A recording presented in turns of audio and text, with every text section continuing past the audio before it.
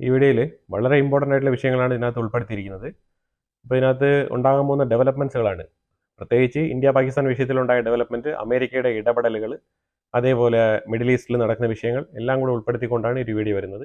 Marco Rubio, നമ്മൾ പറഞ്ഞതുപോലെ തന്നെ മാർക്കോ റൂബിയോ ഇന്ത്യയോടൊപ്പമാണ് എന്നുള്ളൊരു നിലപാടാണ് പറഞ്ഞിരിക്കുന്നത്. അതിലുപരിയായിട്ട് 131 മില്യൻ്റെ ആയുധങ്ങൾ ഉണ്ടാക്കാനുള്ള സ്പെയർ പാർട്സുകൾ ഇമ്മീഡിയറ്റ് ആയിട്ട് തന്നെ ഇന്ത്യക്ക് റിലീസ് ചെയ്ത് കൊടുക്കാൻ പറഞ്ഞിട്ടുണ്ട്. അപ്പോൾ അതിന് അപ്രൂവൽ കൊടുത്തിട്ടുണ്ട്. അപ്പോൾ ഇത് ശരിക്കും പറഞ്ഞാൽ ഡ്യുവൽ പർപ്പസിന് ഇന്ത്യ ഉപയോഗിക്കരുതെന്ന് പറഞ്ഞിട്ട് കുറേ സ്പെയർ പാർട്സുകളൊക്കെ ഇന്ത്യക്ക് സാങ്ഷൻ ഇട്ട് വെച്ചിരുന്നു ബൈഡൻ അഡ്മിനിസ്ട്രേഷന്റെ സമയത്ത്. അപ്പോൾ അതും കൂടെ ഉൾപ്പെടുത്തിക്കൊണ്ട് ആ സാങ്ഷൻസ് ഒക്കെ എടുത്ത് മാറ്റിക്കൊണ്ടാണ് അമേരിക്ക ഇപ്പം ഈ ഒരു പ്രോഡക്റ്റ് എല്ലാം തന്നെ നമുക്ക് സപ്ലൈ ചെയ്യാൻ തയ്യാറായിരിക്കുന്നത്. ഇതൊരു സൈഡിൽ നടക്കെ തന്നെ പാകിസ്ഥാന്റെ പേര് പാനിക്കിസ്ഥാൻ എന്നുള്ള നിലയിൽ മാറ്റിയിരിക്കുകയാണ്. കാരണം പാകിസ്ഥാൻ ഈ പഹൽഗാം അറ്റാക്കിന് ശേഷം ശരിക്കും പറഞ്ഞാൽ അവർ പാനിക് മോഡിലാണ് അവരുള്ളത്. അതായത് ഇന്ത്യ ഏത് നേരത്തും എന്ത് തീരുമാനവും എടുക്കും, ഏത് നേരത്തും ഇന്ത്യയുടെ സൈഡിൽ നിന്നുള്ള ആക്രമണങ്ങൾ വന്നേക്കാം എന്നുള്ളൊരു പേടിയിൽ തന്നെ, ഒരു ഭീതിയിൽ തന്നെ ജീവിക്കുന്ന ഒരു അന്തരീക്ഷമാണ് പാകിസ്ഥാന്റെ ഉള്ളിൽ ഉള്ളതായിട്ടാണ് നമുക്ക് മനസ്സിലാക്കാൻ പറ്റുന്നത്. ഈ ഒരു ഇന്ത്യ പാകിസ്ഥാൻ വിഷയങ്ങളിലേക്ക് നമ്മൾ വരാം, അതിനകത്ത് കുറച്ചുകൂടി ഡീറ്റെയിൽ ആയിട്ട് നോക്കേണ്ടതുണ്ട്. അതിലൊരു പ്രധാനപ്പെട്ട വിഷയമാണ് പാകിസ്ഥാൻ സിറ്റിസൺസ് ഇന്ത്യക്കുള്ളിൽ നിന്നുകൊണ്ട് ഞങ്ങൾ പോവില്ല എന്ന് നിർബന്ധം പിടിക്കുന്നത്. അവർ നിർബന്ധം പിടിക്കുന്നതിലുപരിയായിട്ട് ഈ നിർബന്ധം പിടിക്കുന്ന കുറെ ആൾക്കാരെ ഇന്ത്യ തപ്പിപ്പിറക്കി തൂത്തുപിറക്കി എടുത്ത് വാരിക്കൊണ്ട് നേരെ വാഗ ബോർഡറിലും അറ്റാരി ബോർഡറിലൊക്കെ എത്തിയപ്പോഴത്തേക്കും അവിടെ പാകിസ്ഥാൻ പറയുന്നത് ഇവരെ ഞങ്ങൾക്ക് വേണ്ട, ഞങ്ങൾ എടുക്കുന്നില്ല എന്നാണ് പറയുന്നത്.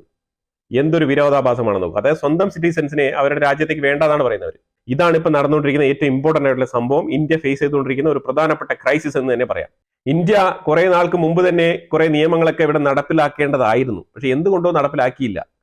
പാകിസ്ഥാനിലുള്ള ആൾക്കാരെ ഇന്ത്യൻ സിറ്റിസൻസ് വിവാഹം കഴിക്കാൻ പാടില്ല എന്നുള്ളൊരു നിയമം ഇവിടെ കൊണ്ടുവരണമായിരുന്നു. അതാണ് ശരിക്കും ഇവിടെ ഉണ്ടാവേണ്ടിയിരുന്ന നിയമം. ഇനി ഉണ്ടായാലും കുഴപ്പമൊന്നുമില്ലെന്നേ, ഇനിയും വേണമെങ്കിൽ അങ്ങനെ ഒരു നിയമം ഉണ്ടാക്കാം. ഇപ്പൊ ഇരിക്കുന്ന 5 ലക്ഷം ആൾക്കാർ, 5 ലക്ഷത്തിലധികം ആൾക്കാരാണ് മാരീഡ് കപ്പിളായിട്ട് ഇവിടെ ഉള്ളത്.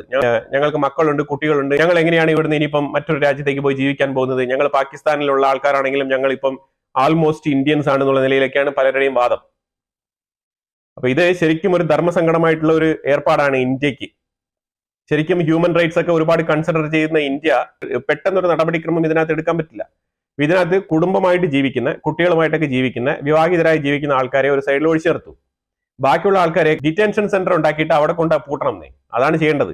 അവരുടെ രേഖകൾ, അവരുടെ കയ്യിലുള്ള രേഖകൾ വെച്ച് അവർ പാകിസ്ഥാനികളാണെന്നുള്ളത് പ്രൂവ് ചെയ്ത് പാകിസ്ഥാനിലേക്ക് കൈമാറണം. അതാണ് ചെയ്യേണ്ടത്.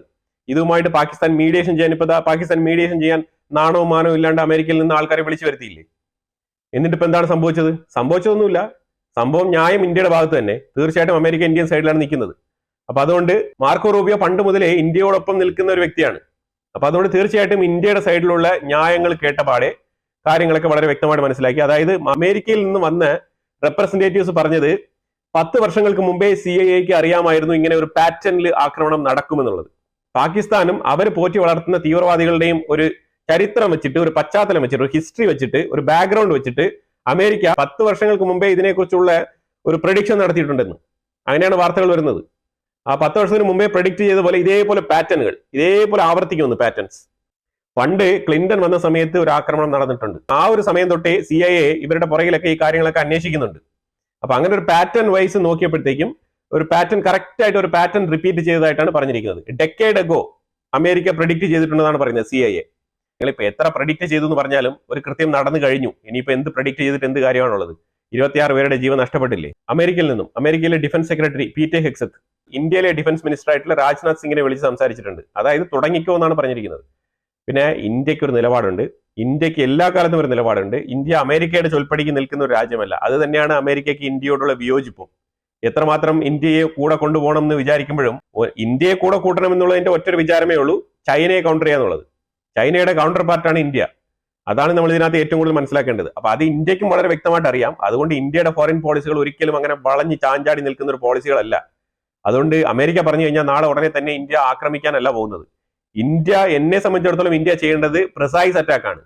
പ്രിസൈസ് അറ്റാക്ക് മാത്രം ചെയ്താൽ മതി. അല്ലാതെ നമ്മളിപ്പോൾ പാകിസ്ഥാനുമായിട്ട് ഒരു യുദ്ധം പ്രഖ്യാപിച്ച് ഒരു ഫുൾ ഫ്ലഡ്ജ് യുദ്ധത്തിലേക്ക് പോകേണ്ട യാതൊരു ആവശ്യമില്ല എന്നുള്ളതാണ്. കാരണം നമ്മുടെ രാജ്യത്തുള്ള പോപ്പുലേഷൻ അത് തന്നെ ഓർത്താൽ മതി. കാര്യം ഈ പോപ്പുലേഷൻ എന്ന് പറഞ്ഞാൽ നമുക്ക് അത്രമാത്രം എക്കണോമിക്കലി നമ്മൾ മുന്നോട്ട് പോകേണ്ടതുണ്ട്. ഇന്ത്യ എന്ന് പറഞ്ഞാൽ ഇത്രമാത്രം വലിയ ഭാരിച്ച ഒരു പോപ്പുലേഷനും കൊണ്ടാണ് ഈ 4 ട്രില്യൺ ആക്കണം, 5 ട്രില്യൺ ആക്കണം എന്നുള്ള ആ ഒരു ആവേശത്തിൽ മുന്നോട്ട് പോയിക്കൊണ്ടിരിക്കുന്നത്. ആ ഒരു സാഹചര്യത്തിൽ ഇതേപോലെ ഫുൾ ഫ്ലഡ്ജ് യുദ്ധങ്ങൾ എന്നൊക്കെ പറയുന്നത് നമ്മുടെ രാജ്യത്തിന് ഒരുപാട് ദോഷം ചെയ്ത കാര്യങ്ങളാണ്. നമ്മളിപ്പോൾ അതൊന്നും പ്രോത്സാഹിപ്പിക്കേണ്ട ആവശ്യമില്ല. പ്രിസൈസ് ആയിട്ടുള്ള ആക്രമണങ്ങൾ എവിടെയാണോ ഈ തീവ്രവാദികൾ തമ്പടിച്ചിരിക്കുന്നത്, ലാഹോർ ആണെങ്കിൽ ലാഹോർ, കറാച്ചി ആണെങ്കിൽ കറാച്ചി, ബാബൽപൂർ ആണെന്നുണ്ടെങ്കിൽ ബാബൽപൂർ, പിന്നെ ഇപ്പൊ പ്രധാനമായിട്ട് അമേരിക്ക ഉദ്ദേശിക്കുന്നത് ചൈനയ്ക്ക് ഒരു ചെക്ക് വെക്കുക എന്നുള്ളതാണ്. കാരണം ചൈനയുടെ സീപെക് കോറിഡോർ പൂർണ്ണമായി തകർക്കുക, ഇന്ത്യയോടൊപ്പം നിലകൊള്ളുക. ഡെക്കേഡ്സ് ആയിട്ട് അമേരിക്ക ആഗ്രഹിച്ചുകൊണ്ടിരുന്ന വിഷയമാണ് ഇന്ത്യയും ചൈനയും തമ്മിലുള്ള ഒരു ക്ലാഷ്, ഇൻഡയറക്റ്റ് ആയിട്ടെങ്കിലും.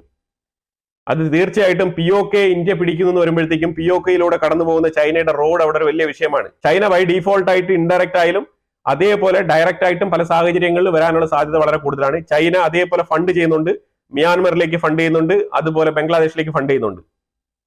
ബംഗ്ലാദേശിലെ ഒരു റിട്ടയർഡ് ജനറൽ ഫസലൂർ റഹ്മാൻ പറഞ്ഞിരിക്കുന്നത്, ഇയാളൊക്കെ റിട്ടയർഡ് അല്ലേ, വല്ല ഷുഗറിന്റെ ടാബ്ലറ്റ് വല്ലതും കഴിച്ചിട്ട് അവിടെ കിടന്ന് ഉറങ്ങിയാൽ പോരെ.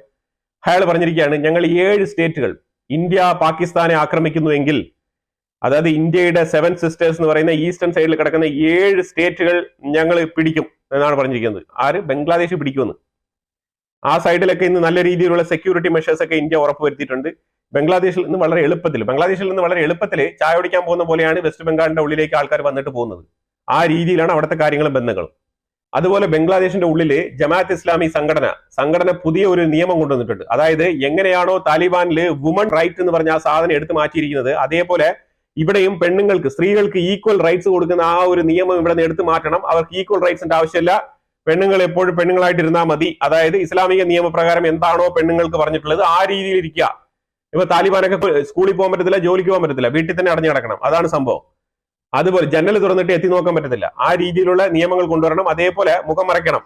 അതുപോലത്തെ നിയമങ്ങളൊക്കെയാണ് ബംഗ്ലാദേശിനകത്ത് ഇപ്പൊ നടപ്പിലാക്കണം എന്ന് പറഞ്ഞ് ഈ ജമാഅത്ത് ഇസ്ലാമി ഇവിടെ നിയമം കൊണ്ടുവരുന്നത്. ഇല്ലാന്നുണ്ടെങ്കിൽ എങ്ങനെയാണോ ഷേഖ് ഹസീനയെ അവിടെ ഞങ്ങൾ പുറത്താക്കിയത്, അതുപോലെ തന്നെ ഒരു കലാപം ഉണ്ടാക്കി യൂനസിനെയും കൂടെ പുറത്താക്കാൻ ഞങ്ങൾക്ക് അറിയാം എന്നുള്ള സ്റ്റേറ്റ്മെന്റ് ആണ് പറഞ്ഞിരിക്കുന്നത്. ഇപ്പൊ പാകിസ്ഥാന്റെ ISI ബംഗ്ലാദേശ് ത്രൂ ഇന്ത്യക്കുള്ളിൽ ഇൻഫിൽട്രേറ്റ് ചെയ്യാനുള്ള സാധ്യത വളരെ കൂടുതലാണെന്ന് ഇന്റലിജൻസ് റിപ്പോർട്ട് ഉണ്ട്.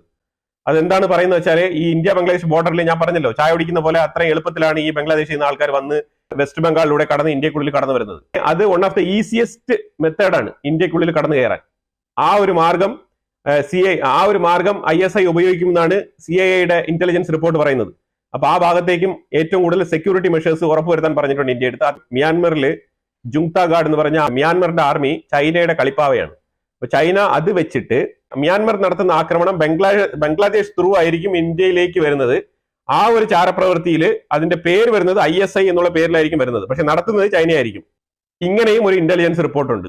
ഇനി ഇന്ത്യൻ സിനിമാ ഗാനങ്ങൾ ഒന്നും തന്നെ പാകിസ്ഥാന്റെ റേഡിയോയിലും FMസിലും ഒന്നും തന്നെ പ്ലേ ചെയ്യാൻ പാടില്ല എന്നുള്ള പുതിയ നിയമം ഇറക്കിയിരിക്കുകയാണ് പാകിസ്ഥാൻ. ഇവിടെ ചാനലുകളും അതൊക്കെ നിരോധിച്ചുകൊണ്ടിരിക്കുന്ന സമയത്താണ് റേഡിയോ FM എന്നൊക്കെ പറഞ്ഞുകൊണ്ട് പാകിസ്ഥാൻ വ്യത്യസ്തമായ രീതിയിൽ ആലോചിച്ച് കൂട്ടുന്നത്. പാകിസ്ഥാൻ അല്ല, പാനിക്സ്ഥാൻ എന്നാണ് പാകിസ്ഥാന്റെ പേര് മാറ്റി, പാനിക്സ്ഥാൻ. അമേരിക്ക ഇന്ത്യയെ യുദ്ധത്തിലേക്ക് നയിക്കാനുള്ള മോട്ടിവേഷൻ, ആ ഒരു പ്രൊമോഷൻ എത്രത്തോളം തന്നാലും ഇന്ത്യ പ്രിസൈസ് അറ്റാക്കേ നടത്തുള്ളൂ എന്നുള്ളതാണ് എൻ്റെ ഒരു അനുമാനം. പക്ഷെ അതിലുപരിയായിട്ട് സൗദി, ഖത്താർ, കുവൈറ്റ് 3 രാജ്യങ്ങളും ഇന്ത്യ കുറച്ച് പീസ്ഫുൾ ആയിട്ടിരിക്കണം, നിങ്ങൾ ആക്രമിക്കരുത്, കുറച്ച് സമാധാനം പാലിക്കണം എന്നുള്ള നിലയിലുള്ള ചില സ്റ്റേറ്റ്മെന്റുകളുമായിട്ടൊക്കെ വന്നിട്ടുണ്ട്. ഇന്ത്യ ആ രീതിയിൽ ഒന്ന് സഹകരിക്കണം എന്നൊക്കെ പറഞ്ഞിട്ടുണ്ട്. കാരണം വേറെ ഒന്നുമില്ല, പാകിസ്ഥാനിന് കാല് പിടിക്കാത്ത രാജ്യങ്ങളില്ല.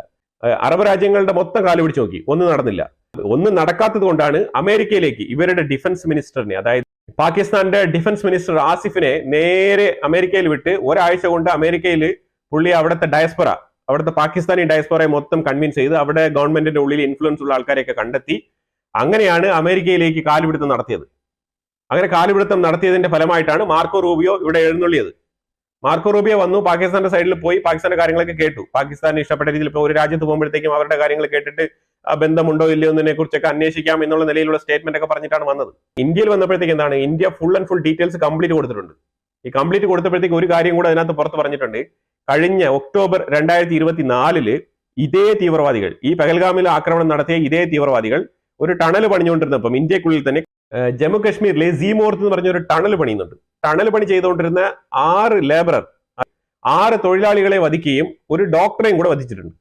ഇങ്ങനെ 7 കൊലപാതകങ്ങൾ ചെയ്ത വ്യക്തികളാണ്, ആ ഒരു റെക്കോർഡുള്ള ആൾക്കാരാണ് ഈ പഹൽഗാമിൽ വന്നിട്ട് ഈ ഒരു ആക്രമണം നടത്തിയത്.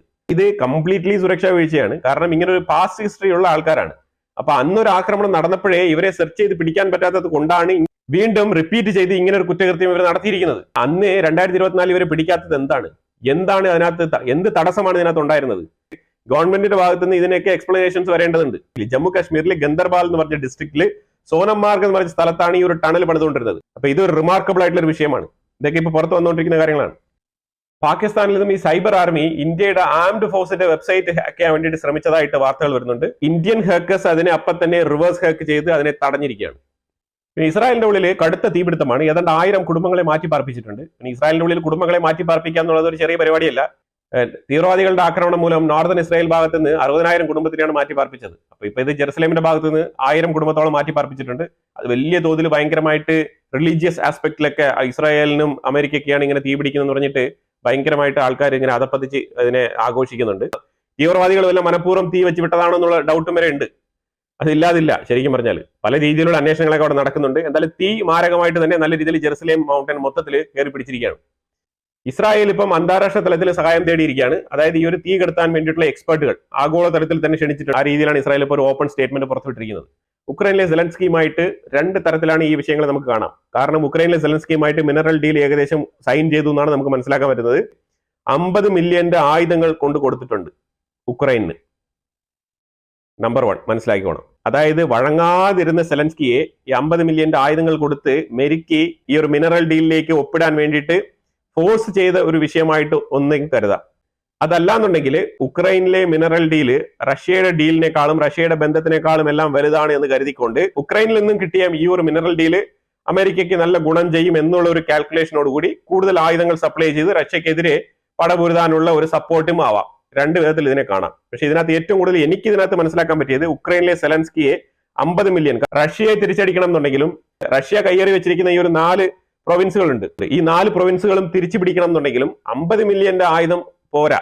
അതാണ് നമ്മൾ ആദ്യം മനസ്സിലാക്കേണ്ടത്. പൊതുവിൽ നമുക്ക് പ്രത്യക്ഷത്തിൽ മനസ്സിലാക്കാൻ പറ്റുന്നത് ഇതൊരു ഓപ്പൺ ഡീലാണ്. ഓപ്പൺ ഡീൽ എന്ന് പറഞ്ഞാൽ ഈ മിനറൽ ഡീൽ എനിക്ക് തരൂ, ഞാൻ 50 മില്യന്റെ ആയുധം തരാം എന്ന് പറഞ്ഞ് ഉക്രൈനിലെ സെലൻസ്കിയെ കൊണ്ട് മിനറൽ ഡീൽ ഒപ്പിടിപ്പിച്ചതായിട്ടാണ് നമുക്ക് മനസ്സിലാക്കാൻ പറ്റുന്നത്. പ്രത്യക്ഷത്തിൽ ഈ 50 മില്യൺ ആയുധത്തോടു കൂടി തീരുന്നു. അതേ ഉള്ളൂ കാര്യം.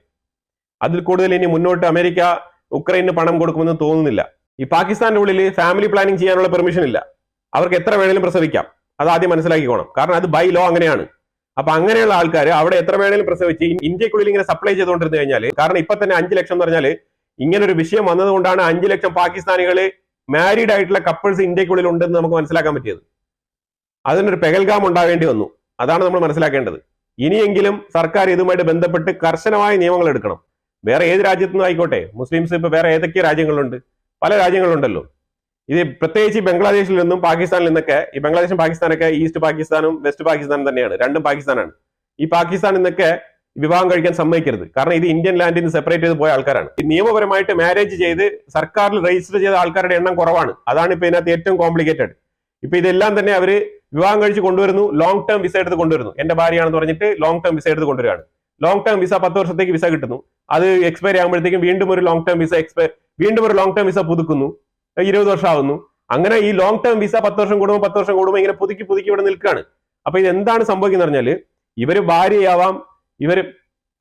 ഭാര്യയാവാം, അമ്മയാവാം, ഭർത്താവാം, അച്ഛനാവാം, പല കാറ്റഗറിയിലുള്ള റിലേഷൻഷിപ്പിലുള്ള ആൾക്കാർ ഇവിടെ ഉണ്ട്. അപ്പൊ ഇവരെന്താണ് ചെയ്യുന്നത് പറഞ്ഞാൽ ഇവരെല്ലാം ഈ വിസയിൽ ഇങ്ങനെ പുതുക്കി നിൽക്കുന്നത് കൊണ്ട് ഇവർക്ക് ഇവരുടെ വിസ കാലാവധി തീരുമ്പോഴത്തേക്കും ഇവർ ഒന്നെങ്കിൽ വിസ പുതുക്കണം, ഇല്ലെങ്കിൽ ഇവർ എക്സിറ്റ് ആവണം. കാരണം ഇവർ നമ്മുടെ രാജ്യത്തിന്റെ സിറ്റിസൺ അല്ല. അതാണ് ഇവിടുത്തെ പ്രശ്നം. അപ്പം നിയമപരമായി ഒരാളെ വിവാഹം കഴിച്ച് കൊണ്ടുവന്നു കഴിഞ്ഞാൽ അത് ആണായിക്കോട്ടെ പെണ്ണായിക്കോട്ടെ, നമ്മളുടെ രാജ്യത്തുള്ള നിയമം എന്താണോ അത് പാലിച്ച് മുന്നോട്ട് പോകേണ്ട ഒരു സാഹചര്യം ഇവിടെ ഉണ്ടാവണം. അത് കൃത്യമായി മോണിറ്റർ ചെയ്യണം. ഇത് വരും ദിവസങ്ങളിൽ ഇന്ത്യക്കുള്ളിൽ വലിയ പ്രതിസന്ധി സൃഷ്ടിക്കാൻ വേണ്ടിയിട്ട് ഇരിക്കുന്ന ഒരു വിഷയമാണിത്. പാകിസ്ഥാൻ തിരിച്ചെടുക്കുന്നില്ല എന്ന് പറഞ്ഞ് അവരുടെ സ്വന്തം സിറ്റിസൺസിനെ അവർ നിരുപാധികം ഇന്ത്യക്കുള്ളിൽ ഉപേക്ഷിച്ചിരിക്കുകയാണ്. അങ്ങനെ ഉപേക്ഷിക്കപ്പെട്ട ആൾക്കാരെ നമ്മൾ ഇനി എവിടെ കൊണ്ടുപോകും? ഇതാണ് ഏറ്റവും വലിയ ചോദ്യം. അപ്പൊ എന്തായാലും ഇതിനെക്കുറിച്ചുള്ള അഭിപ്രായങ്ങൾ കമന്റ് ബോക്സിൽ രേഖപ്പെടുത്തുക. കൂടുതൽ വിഷയങ്ങളുമായിട്ട് അടുത്ത വീഡിയോയിൽ വരാം. Thank you so much.